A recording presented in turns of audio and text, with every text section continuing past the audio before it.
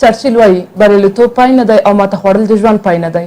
هغه څه چې ارزښت لري زړه، جرأت او دوام ورکول دي. د مشران جرګې تلویزیون درنو لیدونکو سلامونه او نیکې هیلې. د ټولنې نندارې خپرونې ته مو زه اجره خلوال هرکلی کوم. هیله منده یم چې ټول روغ او جوړ اوسئ.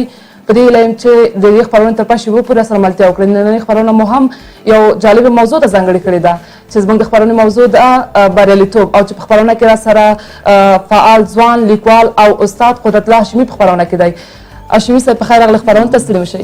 ډېره زیاته مننه د مشرانو جرګې له تلویزیون څخه ډېره مننه چې خپل ارزښتمن وخت مونږ ته راکړه، او درنو لیدونکو ته سلامونه او نیکې هیلې وړاندې کوم په دې هیله چې یو با هدفه او بریالی ژوند ولري. ډېره زیاته مننه. هاشمي صاحب تل وړاندیز یې وکړو چې بریالیتوب څه ته وایي او ولې ورته بریالیتوب وایي؟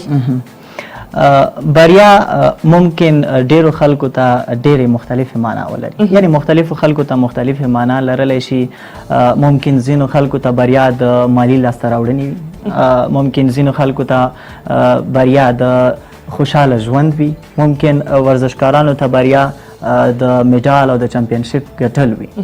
خو مونږ دغه بریا له درې اړخونو څخه غواړو چې تشریح کړو تر څو خلک پوه شي چې اصلا بریا څه شی ده.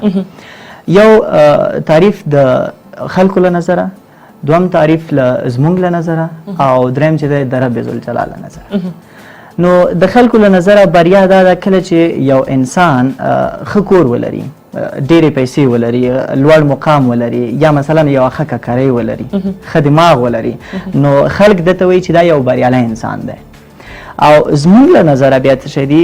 زمونږ له نظره بیا دا دی چې مونږ د کوم څه پرېکړه وکړو چې وغواړو هغه ځای ته ورسېږو، او کله چې هغه ځای ته ورسېدو نو دا زمونږ له نظره بریا ده. او درېیمه خبره دا چې د رب ذوالجلال بریا څه ته وایي؟ رب ذوالجلال بریا دې ته وایي چې پخپله ته اوسېدل، پخپله انسان پخپله ته اوسېدل. دا په څه معنا؟ مثلا هر انسان الله عزوجل ځانګړی پیدا کړی، خاص پیدا کړی دی. داسې انسان نشته دی چې مونږ وایو چې هغه مکمل ټوټلی ورته وي یو بل سره، دوی سره مختلف دي. لکه ځینې انسانان کوښښ کوي چې زه غواړم چې سقراط شم. یو سقراط شته و، دویم سقراط ته اړتیا نشته. ته باید ته اوسېږې. کله چې ته اوسېږې نو ته به دنیا بدله کړې، ته به دغه نړۍ بدله کړې. کله چې ته وغواړې بل څوک اوسېږې نو دا امکان نه لري چې ته لوی بدلون په دې نړۍ کې راولې. نو دا د نړۍ هغه تعریفونه چې وو چې مثلا په نړۍ کې تر ټولو زیات تعریف چې هغه مروج دی د 1951 نه تر اوسه پورې، هغه دا و چې موږ کوم څه ټاکل او هغې ته رسېدلو ته بریا ویلی کېږي. نو هاشمي صاحب ډېری ځینې داسې خلک دي چې هغوی د ژوند څخه شکایت کوي او د ناکامۍ لامل هم ژوند بولي. نو اوس به راشو اساسي لامل ته چې اساسي لامل په څه کې دی؟ هغه خلک چې شکایت کوي د ژوند د ستونزو څخه، اصلا د دې اساسي لامل پر ځان باندې نه باورتیا او د ډیسپلین کمی دی، چې دا بیا انسان دې ته هڅوي چې ټمبل شي. نو کله چې انسان ټمبل شو هغه بهانې جوړوي، هغه د هر څه په اړه دی شکایتونه کوي. هغه وایي چې مثلا وایي چې زه ښه کورنۍ نه لرم، زه پیسې نه لرم، زه وخت نه لرم. ما غوښتل چې زه بزنس مخکې یوسم، زه بزنس شروع کړم، مګر زه وخت نه لرم، زه اولادونه لرم البته. نو دغه بهانې کول دغه خلکو ته زه دا ویل غواړم که چیرې تاسې په ژوند کې ستونزې ولرئ نو تاسې په دې باندې پوه شئ چې تاسې په الله عزوجل باندې ګران یاست. ځکه کله چې په یو انسان باندې ستونزې راځي الله دې ته نیت کړی وي چې دا انسان قوي شي. نو کله چې ته ستونزې په تا باندې راځي او ته هغې ماته منې په ځان باندې او ځان مثلا وایي چې زه خو نور نشم کولی، نو په دغه وخت کې تا څخه الله عزوجل هم خفه کېږي. ځکه الله وایي چې که ته زما په رښتیا سره بنده واوسېږې نو ته ولې خفه یې؟ آیا دا ستا ستونزه له ما څخه لویه ده؟ که چیرې له ما څخه لویه وي خو خفه اوسېږه، که نه وي نو نه. همدې ته ورته په مثلا کانفیډنس یا مثلا په ځان باور چې دی، په ځان باور کې موږ دې ته زه صرف دومره وایم چې تاسې کوم کارونه نشئ کولی. په سوره رحمان کې الله عزوجل وایي چې یا معشر الجن والانس ان استطعتم، ورپسې ادامه دی وایي چې د انسانانو پیریانو ډلې تاسې که چیرې وغواړئ چې لاړ شئ زما په کائناتو کې وګرځېږئ که چیرته تاسې وغواړئ چې زما له کائناتو څخه بیرون شئ نو تاسې به ونه شئ کړئ. بیا دلته په تفسیر کې نورې خبرې سره کوي، یعنی اوس انسان دغه ځای ته رسېدلی چې ممکن د کائناتو که دا کائنات په دومره یو ساحه کې موږ ووایو چې دا ټول کائنات دومره دي که څه هم حدود نه لري نو موږ یوازې په ډېر یو کوچنۍ ذرې کې یو لا تر اوسه پورې. نو موږ ته الله عز وجل خپل قوت څومره ښایي چې تاسو کولی شئ دغې ساحې ته راشئ، دغې ساحې پورې راشئ. که چېرته دغې ساحې نه تاسې بیا سرکشي وکړه وغواړئ چې د دې نه ووځئ نو تاسې به ونه شئ کړئ. نو هاشمي صاحب ډېری خلک دي چې هغوی په ځان باندې باور نه لري یا هم د ماتو څخه ویره لري، نو ستاسو په نظر څنګه وکولی شي چې دوی په ځان باندې باور پیدا کړي؟ په ځان باور مثبت فکر دی، د ځان په اړه مثبت فکر کول چې زه کولی شم هر شی. ما یو کتاب د بخښنې سره ما یو کتاب ویلی چې په هغې کې یو دري مې ویلی یو پښتو چې په دري کې ویل چې ما مې توانم او په پښتو کې ځان سره مینه لرم. نو ستاسو په نظر دا خبرې هم کولی شي چې انسان ته رویه ورکړي یا په ځان باندې باور ورته ډېر کړي؟ بالکل څنګه کولی شي دا دماغ داسې جوړښت لري که چیرې تاسې دماغ ته ووایئ چې زه بیولوژي نشم زده کولی، دماغ وایي چې ما ته رئیس صاحب امر وکړو چې تاسې بیولوژي نشئ زده کولی، دماغ کینی کلار کینی هغه نور دا شی نه زده کوي. که چیرې ورته ووایې چې ته دا کار کولی شي او باید ویې کړې او له هر چا یې ښه کولی شي، که تاسې چیرې ویده هم واست دا یو حقیقت دی. دا ارواپوهانو نیوروجستانو او نیوروسایکولوجستانو دغه ټولو دا منلې ده چې کله چې تاسې ویده هم واست نو ستاسو دماغ کار کوي په دې باندې. نو تر ټولو اساسي حل لاره یې دا ده چې پر ځان باندې باور لرل او مثبت فکر کول چې زه هر شی کولی شم. هاشمي صاحب کوم سن یا عمر د بریالیتوب لپاره غوره دی؟ اصلا د بریا لپاره کوم عمر نه دی ټاکل شوی، ځکه دا خبره موږ داسې کولی شو چې هغه وخت چې زموږ د مرګ نیټه ټاکلې شوې نه وي نو موږ څنګه ویلی شو چې د بریا لپاره دغه عمر سم دی. که موږ ووایو چې په څلوېښت کلنۍ نه وروسته خلک بریالي کېږي نو هغه خلک چې 30 کلن دي هغوی د بریا خوند څکلو حق نه لري، یعنې د دې لپاره کوم وخت نه دی ټاکل شوی. خو هغه خلک چې د دوی څخه وخت تیر شوی دی یا دوی وایي چې مثلا موږ اوس عمر تیر دی موږ نشي کولی، د دې لپاره د فوربس مجله چې یوه امریکایي تجارتي مجله ده دوی یوه څېړنه کړې وه په بریالیو خلکو باندې. دوی بیا ایوریج عمر یا اوسط عمر 15 کاله ښودلی او چې اکثریت خلک چې بریالي شوي دي په نړۍ کې نو 15 کاله دي. نو بیا یو بله دې ته ورته بله څېړنه چې هغه په 509 نفرو باندې شوې وه او دوی ویلې چې د 40 کاله یعنی اکثریت بریالي خلک 40 کلنۍ نه مخکې وروسته بریالي شوي دي. لکه په دې کې موږ دا مثال ورکولی شو چې د KFC کرنل چې دی 62 کلنو چې د KFC چې دی کامیابه شوه. مکډانلډ رئیس د مکډانلډ رستورانټ رئیس چې دی هغه په خپله فکر کوم یو 50 کلن و، د یو 50 کلنۍ نه وروسته دی بریا ته ورسېده. د نټفلکس رئیس چې 40 کلنو د 40 کلنۍ وروسته دی وکولی شول چې دی بریالی شي. نو که چیرې یو ځوان وایي چې 21 کلن یم ما تر اوسه پورې ډګري نه ده اخیستی ته ناکام نه یې. که چیرې یوه ښځه وي یا یو نارینه وي هغه وایي چې زه 15 کلن لا مې واده نه ده کړی ته ناکام نه یې. که چیرې یو 40 کلن وي کور نه لري ته ناکام نه یې. همدغه اوس تر ټولو بهترین وخت دی، پاڅه سر دې پورته کړه ولاړ شه دنیا بدله کړه. نو راځئ چې په حل لارو باندې وغږېږو. د بریالیتوب ترلاسه کولو لپاره لومړني ګامونه کوم دي؟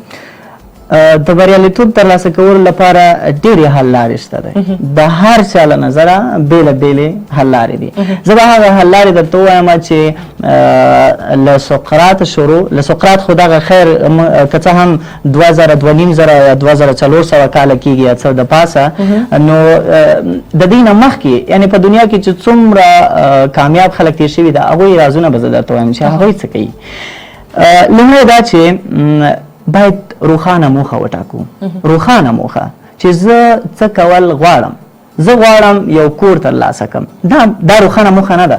زه غواړم څه ډول کور ترلاسه کړم، باید ووایم چې دومره منزله وي په دومره ساحه کې وي داسې شی ولري دا ولري دا ولري ټول شیان زه باید راجمع کړم او دا خپله ولیکم تر څو زه هغې ته ځکه که چېرته هدف نه وي که زه چېرې په یو داسې لارې باندې روان یم چې نه پوهېږم چې په کومې لارې لاړ شم نو زه به بالاخره زه چېرې ځم.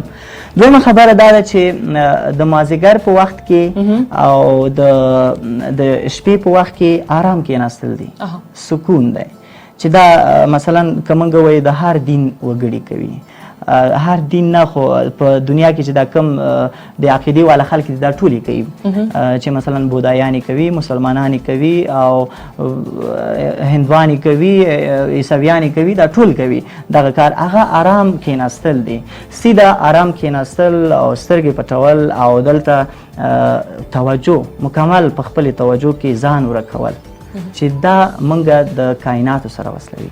کله چې موږ له کائناتو سره وصل شو نو موږ په هر هغه څه پوهیږو چې اوس نه پوهیږو. درېیمه خبره دا ده چې مثلا هغه خلک چې بریالي دي هغوی مسؤلیت مني. مسؤلیت څنګه مني؟ مسؤلیت داسې مني چې هغوی که چیرې مات شي هغوی دغه پړه په بله نه اچوي. هغوی وایي چې دا زما که زه نن بریالی یم دا زما له وجې، که زه نن ناکام یم زما له وجې. نو باید هغې خپل ځان مسؤلیت مني. نو موږ هم که غواړو چې بریالي شو باید مسؤلیت پر ځان ومنو. څلورمه خبره دا چې د بریالي خلک د ځان د ډیسپلین یا د ځان د ودې لپاره دوی چې ډېر ژمن دي، دوی هره ورځ پر ځان باندې کار کوي چې دوی لا بهتر شي، دوی لا بهتر شي. دوی هیڅکله له ځانه داسې نه راضي کېږي چې بس زه بس ورسېدم، بس افلاطون شوم یا سقراط شوم، بس خلاص. نو دوی داسې نه کوي، دوی هره ورځ کار کوي تر څو دوی ورسېږي. او بله خبره دا چې مثلا دوی ډېره مطالعه کوي. موږ وایو چې موږ 4 کاله پوهنتون، موږ 12 کاله مکتب وایو، بیا پوهنتون، بیا ماسټري، بیا پسې ډاکټرا او بیا پسې پوسټ ډاکټرا. دغه ځای ته لاړ شو خو بیا هم موږ څه نه وو او بیا شکایت هم کوو چې موږ ته وظیفې نه پیدا کېږي. نو دا د دې لامل څه دی؟ موږ مطالعه نه کوو. موږ خو ځو که نه پوهنتون ته 3 ساعته پوهنتون کې تېروو یا په مکتب کې هم 3 ساعته تېروو، مګر هسې فضول. په داسې حال کې چې برین ټریسي او ایرل نایټنګل دا وایي 1951 کال کې ایرل نایټنګل اوسېده. نو دی وایي چې که چیرې یو انسان په خپل مسلک کې د ورځې 1 ساعت مطالعه وکړي نو دی به په 5 کلونو کې د هېواد په سطحه وي، په 7 کلونو کې په نړیواله سطحه باندې وي که د ورځې 1 ساعت مطالعه وکړو. او بله خبره دا ځکه واضح کوم چې موږ باید سم پوه شو چې باید بریالي شو. نو هاشمي صاحب که مخکې د خبر نه که اجازه مې یو لاندې دمه لرو، ولې نه؟ لیدونکو اوس هم دمه لرو، وروسته یې دمې ملتیا راسره وکړئ.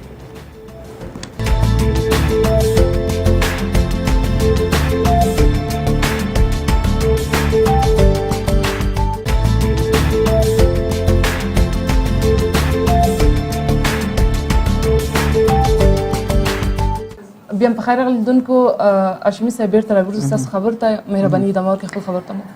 نو موږ ویل چې مطالعه کول، بریالي خلک ډېره مطالعه کوي.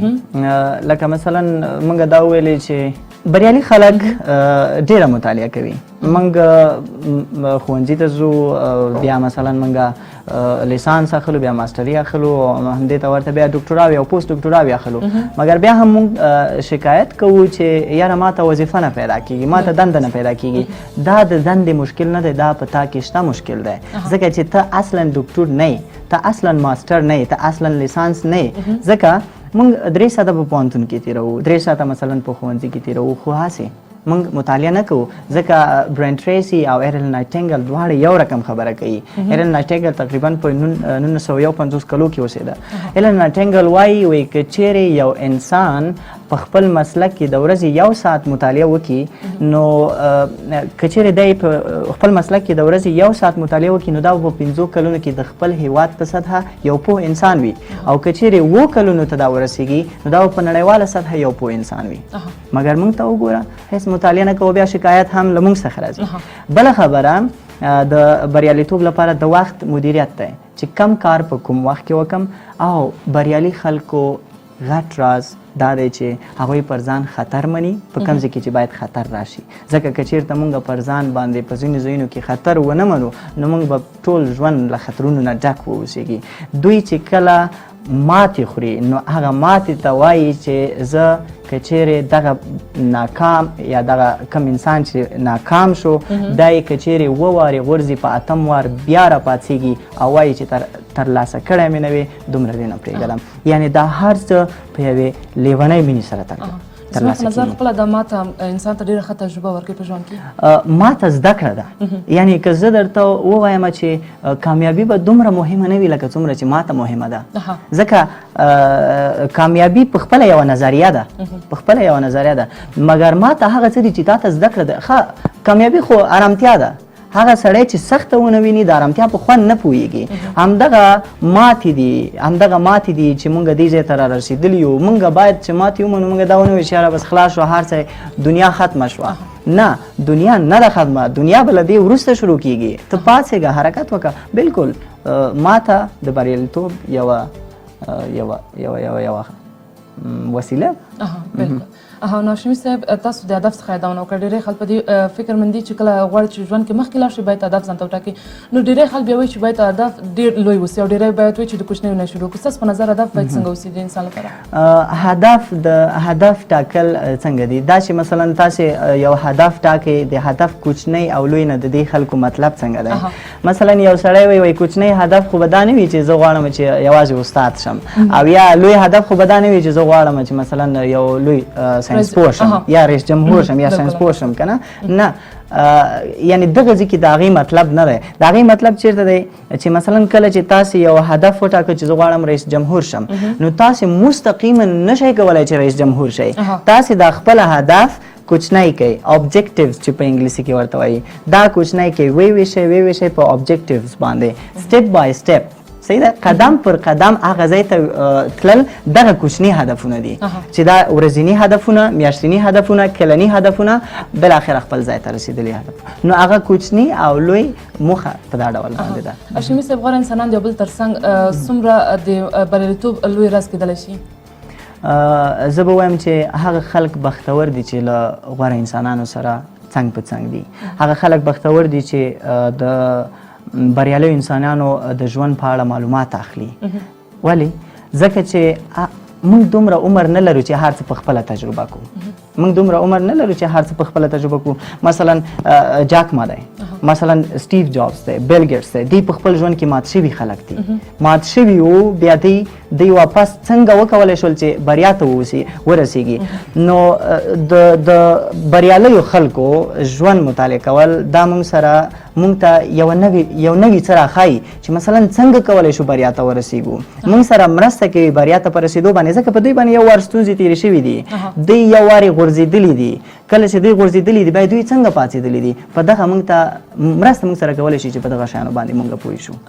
یعنې هاشمي صاحب، موږ کولی شو چې د بریالیو خلکو ژوندلیک مطالعه کړو، همدارنګه د هغې ژوند ته پام وکړو تر څو پورې چې هغې نه مرسته واخلو او په خپل ژوند کې بریالي شو. همداسې ده. نو هاشمي صاحب، زموږ کورنۍ زموږ د بریا ته د ترلاسه کولو لپاره څومره لوی راز کېدلی شي؟ کورنۍ بریا ته د رسېدلو لپاره یو مهم څه بللی شو، هغه څنګه چې کورنۍ موږ باید وهڅوي. ځکه هڅونه داسې یو شی دی چې هغه ذهن دې ته جوړوي چې زه باید یو څه وکړم. که چیرې زموږ ډېری افغانان ورونه ځوانان، زه د دې کورنۍ نه ډېر ګیله هم لرم، ځکه کله چې د دوی اولاد کوم څه کوي، د دوی زامن یا د دوی لورګانې کوم څه کوي، دوی نادیده بولي. یا مثلا مثال زه درته وایم که یو ځوان وي هغه کرکټ کوي، زه دا نه وایم چې تاسې کرکټ وکړئ، خو هغه یو ځوان چې دی هغه کرکټ کوي، هغه درته وایي چې دا یو لوچک انسان دی، تل کرکټ کوي، هغه نه هڅوي. خو کله چې دی په دې هر څه باندې پښه کېږدي او دی دومره قوي انسان دی چې پرته د کورنۍ د هڅونې نه دی یو ځای ته ځي، بیا هلته کورنۍ پر ده باندې افتخار کوي. نو اوس افتخار هم پرې مه کوه. نو کورنۍ موږ ته د بریا په رسېدو کې موږ سره ډېر اساسي رول لوبوي چې هغه هڅونه ده، او د کورنۍ ملاتړ موږ ته ډېر زیات مهم دی، ځکه هغه موږ ته یوه انرژي راکوي، یوه مثبته انرژي راکوي، تر څو موږ بریا ته آماده شو او د بریا په لورې قوي ګامونه واخلو. هاشمي صاحب، څنګه کولی شي چې کورنۍ خپل ماشومان د بریالیتوب د ترلاسه کولو لپاره وهڅوي یا هغوی سره مرسته وکړي؟ دا ډېره ښه پوښتنه ده، ځکه چې ماشومان د هیواد بنسټ دی، هغه راتلونکی نسل دی. که موږ هیواد غواړو چې زموږ هیواد پر مخ ولاړ شي، د نړۍ سره سیال شي، نو موږ باید ماشومان وروزو. نو ماشومان موږ په څه ډول باندې روزلی شو؟ ماشومانو ته دوی په مطالعې راوستل دي لومړی ته. دې ته خپل کتابونه جوړ شوي دي. مثلا د ماشومانو خپل کتابونه دي چې اوس اکسوس کتاب پلورنځی دی خیر اوسي چې دی دا د هر یو ساینس پوه یو ډېر وړوکی شانته کتاب جوړ کړی دی چې تقریبا په 10 افغانۍ ورکوي. نو دغسې کتابونه ماشومانو ته وړاندې کول د دغوی له ژوند څخه خبرول چې داسې خلک وو دوی دغه ځای ته لاړ دي. ماشومانو ته مثلا داسې یو فلمونه هغه کارټوني فلمونه چې دي نه هغه چې ساتیریانې ورکې ډېرې وي. ځینې مثلا زه دغه د ایران ځینې تلویزیونونه ګورم چې ډېرې ښې برنامې ورکې وي د ماشومانو لپاره. دوی له ساینس سره بلدوي ساینس سره بلد. نو ماشومانو ته سر له اوسه دوی ته د دوی ارزښت معلومول چې تاسې څوک یاستئ، تاسې څه کولی شئ، تاسې دغه نړۍ بدلولی شئ. دوی ته دا احساس ورکول دي، دوی په مطالعه باندې راوستل دي، دوی قوي آموخته کول دي چې دا په دې کې د کورنۍ ډېر لاس دی. نه یوازې دا چې یو ماشوم پیدا شي بیا یې پرېږده نو په خپله بس خدای شته ساتي به یې، نه ته خدای هم د یو څه لپاره پیدا کړی نو دا ډېر مهم دی دلته. نو شمیر صاحب څنګه د ځوانۍ په دوران کې ځان ته د بریالیتوب لپاره لارې چارې برابرې کړو؟ د بریالیتوب لپاره لارې چارې برابرول په ځوانۍ کې یا د ځوانۍ نه اخوا دا یعنی دا زه که وایم داسې نه وایي چې موږ نشي ویلی چې اوس په ځوانۍ کې موږ څنګه ځان ته لارې چارې برابرې کوو نورو کې نه. دا په څه علت باندې د بریا لارې چارې موږ په یوې لیونۍ مینې سره کولی شو، کلک هوډ سره یې کولی شو.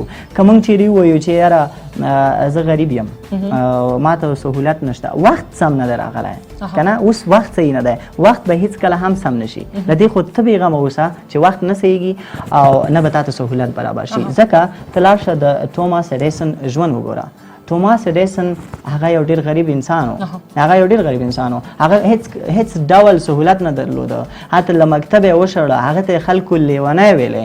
هغه 999 وارې تجربه وکړه خو په زرم وارې د څه شی وکړل بلب یې جوړ کړ.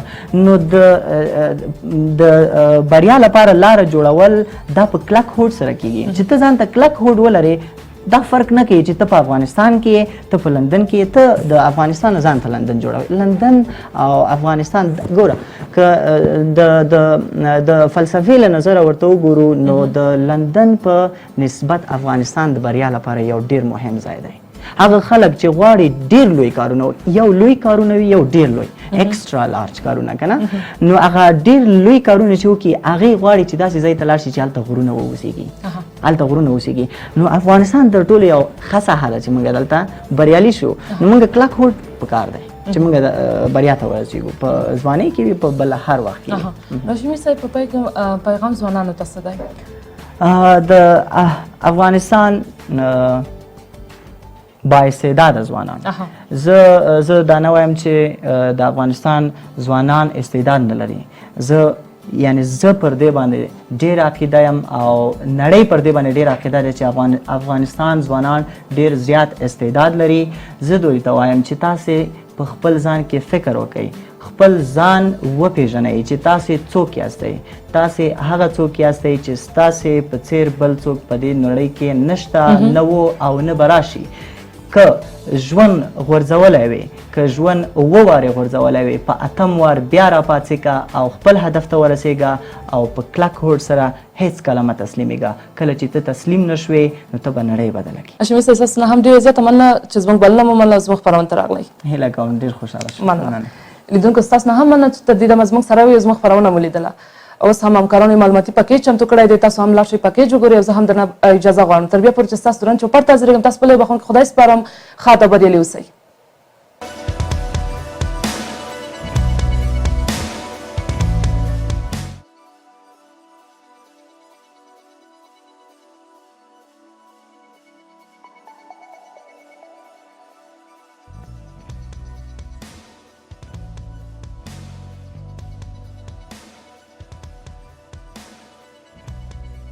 کوین سیستروم هم مؤسسه شبکه اجتماعی محبوب اینستاگرام در تاریخ 3 دسامبر 1983 میلادی در ماساچوست آمریکا به دنیا آمد. او از دوران کودکی مانند بسیاری از همسالان خود به بازی‌های کامپیوتری علاقه فراوانی داشت و با طراحی مراحل اختصاصی بازی دوم 2 نخستین گام‌هایش را در مسیر برنامه‌نویسی کامپیوتر برداشت. سیستروم در دوران مکتب نیز کم و بیش به برنامه نویسی کامپیوتر می پرداخت و با نوشتن برنامه‌های مزاحم طوری وانمود می کرد که حساب کاربری پیام رسان AOL دوستان خود را هک کرده است. او سپس وارد دانشگاه استنفورد شد و در سال 2006 میلادی مدرک عمومی مدیریت و انجینیری خود را از این مرکز دریافت نمود. سیستروم مدتی نیز در گوگل مشغول به کار شد و پس از آن به استارتاپ نکست شاپ پیوست. ایده طراحی یک شبکه اجتماعی جدید نیز در همین دوره به ذهن او رسید و کوین به کمک همکارش مایک رایگر اپلیکیشنی به نام باربن را طراحی نمود. البته اپلیکیشن مذکور در نهایت بسیار پیچیده از آب درآمد و استفاده از آن برای کاربران چندان راحت نبود. سیستروم و رایگر بیش از آن شبکه اجتماعی اینستاگرام را راه اندازی کردند که موفقیت چشمگیری در پی داشت و با بیش از 600 میلیون کاربر فعال به یکی از پرمخاطب ترین اپلیکیشن های موجود تبدیل شد.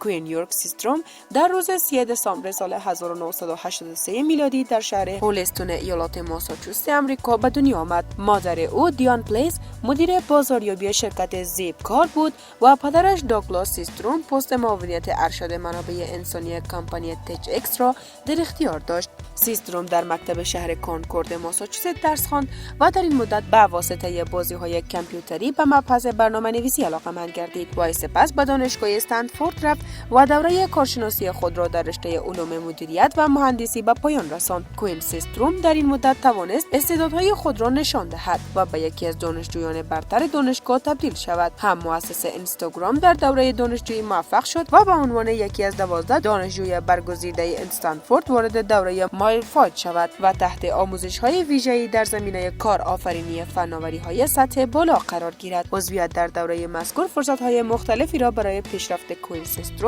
در حوزه کسب و کار فراهم کرد و وی توانست از این طریق وارد کمپانی اودیپک شود. سال 2012 سیستروم در ششمین دوره از مراسم کارنچایز که از سوی وبسایت‌های تکنولوژی برای تقدیر از فعالان سیلیکون ویلی برگزار می شود، جایزه مؤسس سال را از آن خود کرد. سال 2012 میلادی کویک به همراه مارک رایگر هم مؤسس اینستاگرام جایزه نوبل را دریافت کردند.